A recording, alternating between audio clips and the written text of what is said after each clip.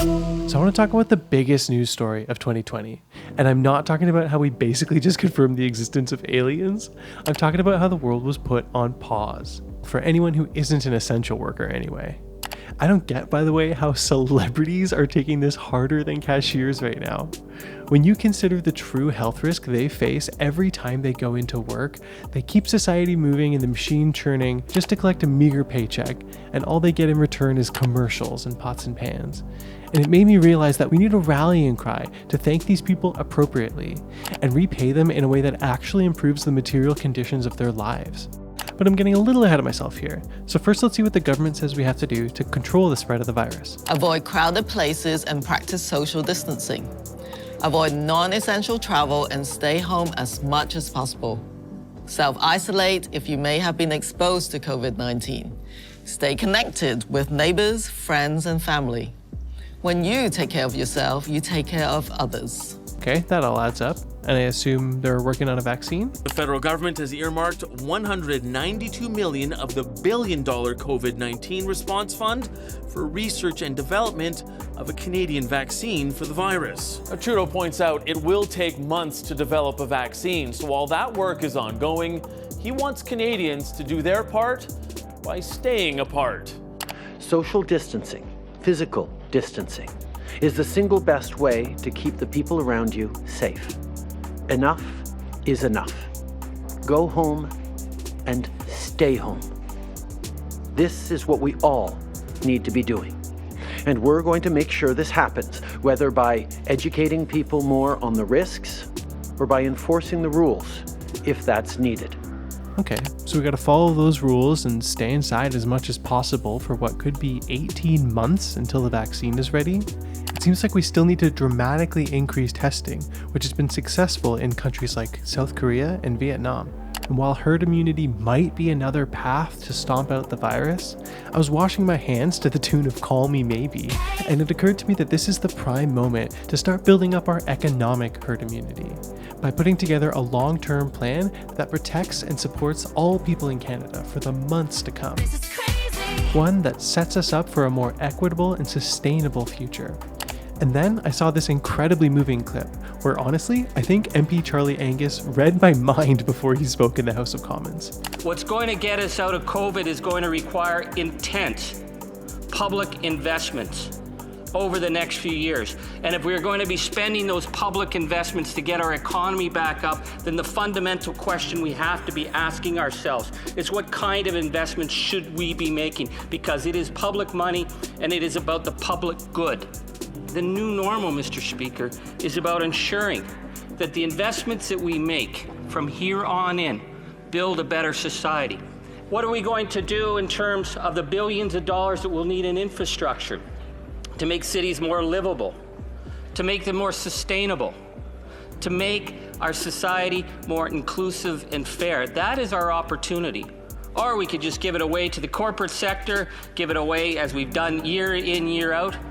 But I think that that would be a terrible failure given the fact that millions of Canadians within 1 week of COVID did not have enough savings to pay their rent. It's a staggering indictment of an economic system that has not made sure that we live to the standard that we should be able to live to. And so I was reading about shortages in our healthcare system, shortages of PPE and healthcare workers and even hospital beds, and the way that privatization has failed us in truly terrible ways. The economic system that Angus was railing against came back to mind. It's called neoliberalism, and it dominates in the Canadian political sphere. These corporate cronies slash funding for public welfare programs like healthcare and education. They almost fetishize privatization. They engage in union busting and weaken the labor laws that would help essential workers. It held down the fight for a $15 minimum wage for years while capping wage increases. All this while a quarter of all workers make within $3 of the minimum wage. And that's why we need a new normal. Because if you make the minimum wage, you're priced out of 91% of rental units across the country. Normal was the bottom half of workers making less now than in 1977. And neoliberals are cool with that. They see this chart and call it economic growth. normal was 30 years of rising household debt, where the average person owed nearly double every dollar they earn. And according to the Bank of Canada, in 2018, our collective household debt of over $2 trillion eclipsed the national GDP. And okay, I know what you're thinking. I thought that the abundance of drivers and donuts and maple syrup and oil was going to lead to a strong Canadian economy. But these Laurentian elites, they've eaten away at the foundation of working class society and the social welfare programs that are the pride of so many Canadians. And these corporate cronies, well, the handouts that they've given to the private sector, they didn't really help any of us when the time came. And then, the time really came. And we are getting a very stark picture of how badly Canadians are hurting financially and how much they will need money from that $82 billion aid package that Ottawa has just passed. There's a new Angus Reid poll that shows the heavy impact, the immediate impact that layoffs, lost wages, and just general insecurity is having already on a large number of Canadians, and Scott has those numbers. 44% of Canadians right now say that someone in their household or them themselves have lost work hours or have been laid off. Another 18% on top of that are expecting more loss in the future. 2/3 say that their employers are providing no compensation whatsoever right now, so they are without that employment income altogether. And to illustrate how precarious this is for Canadians, 34% say they are worried right now that they might miss their rent or mortgage payments. And this might be the most alarming statistics, Heather. 37% of those who have experienced a job loss in their household say they are not equipped to handle even $100 in increased spending in the next 30 days. And that last one is nothing new. For too many people, the notion of disposable income has been a myth for years. The Canadian Payroll Association released an interesting survey today that shows the majority of Canadians are still living paycheck to paycheck. So if you fall into that category, don't worry, you're not alone.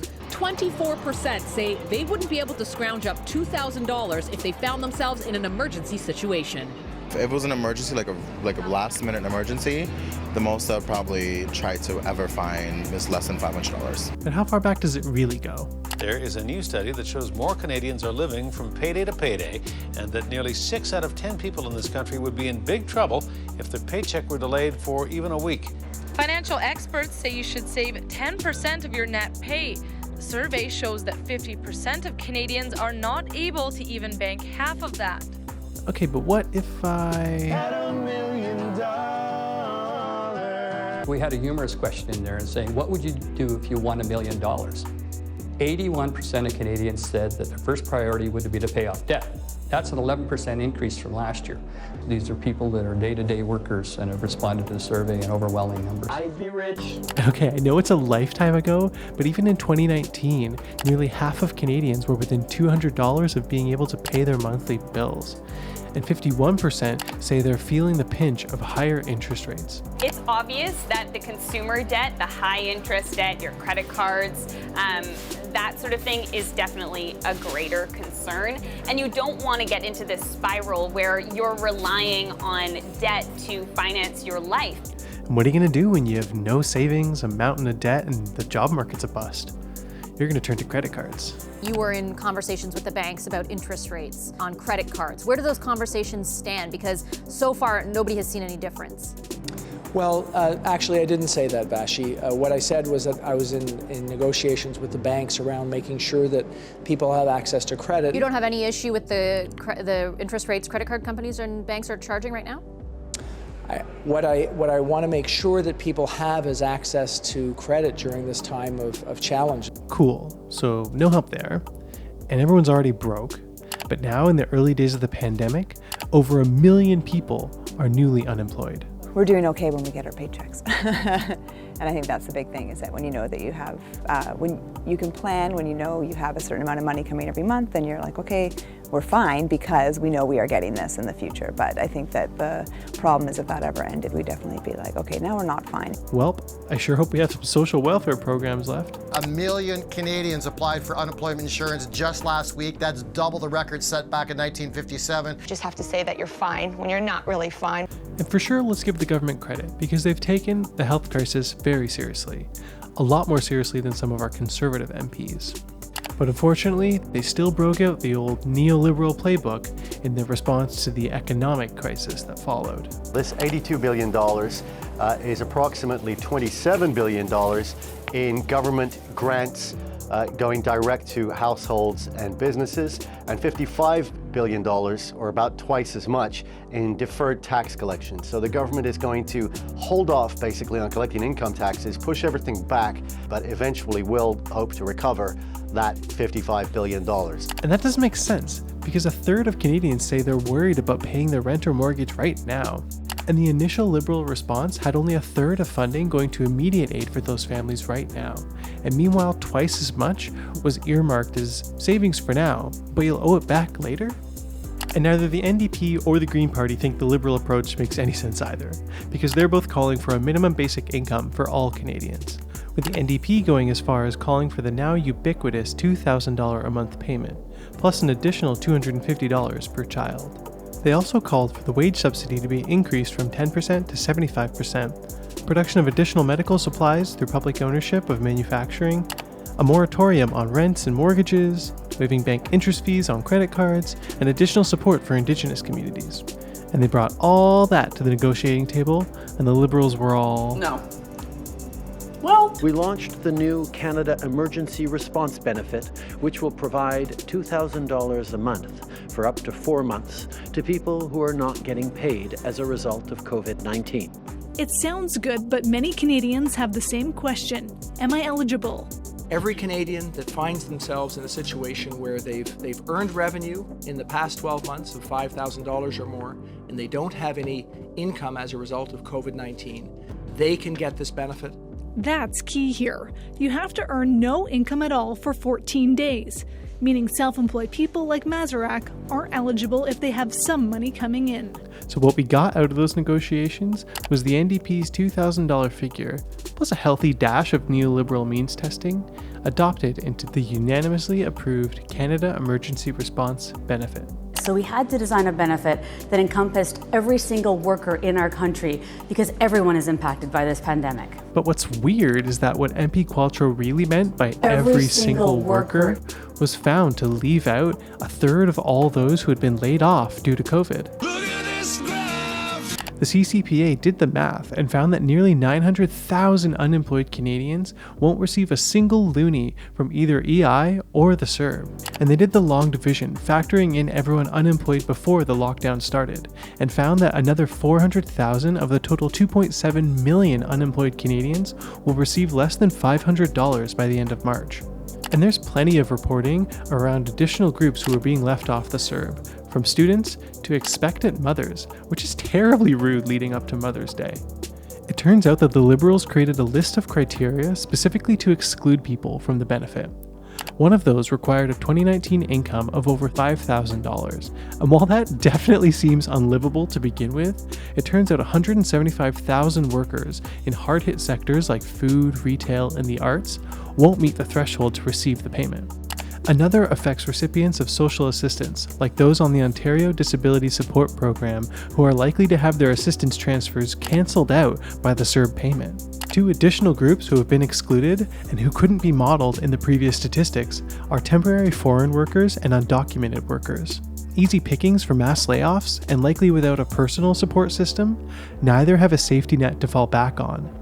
And learning all of this left me really confused about how the Liberals can call this a streamlined support system. And the reason we've moved to the system we've created now is because we recognized we needed a streamlined, automated system that would process hundreds of thousands, if not millions of applications quickly and fluidly, without human error possibilities, and without making it so complicated that Canadians would have to wait. Except as soon as it dropped, the program and its rollout, riddled with confusing and ever-changing qualifications, had created something of a perfect storm of human error. Toronto Star asked their readers about the application experience and found that everyone was receiving the payment regardless of whether they qualified or not. So while the deposits were welcomed, it left many concerned that the payment comes with an IOU. And well, it kind of does come with an IOU for many who won't realize that the CERB has been set up as taxable income. So unlike EI, which has taxes deducted up front, the CERB will be taxed later. Not only is this going to cause problems for anyone who doesn't sock away somewhere in the neighborhood of 20% for next tax season, it's going to leave less money in the pockets of those who need it desperately right now. And okay, even Liberal MP Adam Vaughan didn't understand the criteria when he told folks on Twitter to apply for the CERB regardless of whether or not they qualify. He advised them not to apply strict, literal interpretations of a government application system that you think should literally be interpreted as the law. And I can't tell if that's reckless or gangster. And I almost forgot about the logistics of this system until I saw that our public libraries had closed, which many marginalized and low-income people rely on for internet access. And while a phone-in option does exist, the CRA has reported 300,000 calls are coming in every day to inquire about the program. They've had to add 1,000 employees to the 4,000 who typically operate the phone lines during the peak of a normal tax season. And this ain't no normal tax season. Holly says attempts to get through to the Canada Revenue Agency have failed, and she's not the only one. The government is downplaying the concerns, saying the rollout has been surprisingly smooth. These reportedly long wait times will ultimately mean that people who do qualify don't receive a single penny from the benefit. And unfortunately, that means they'll join the millions who the Liberals have chosen to exclude from our social safety net.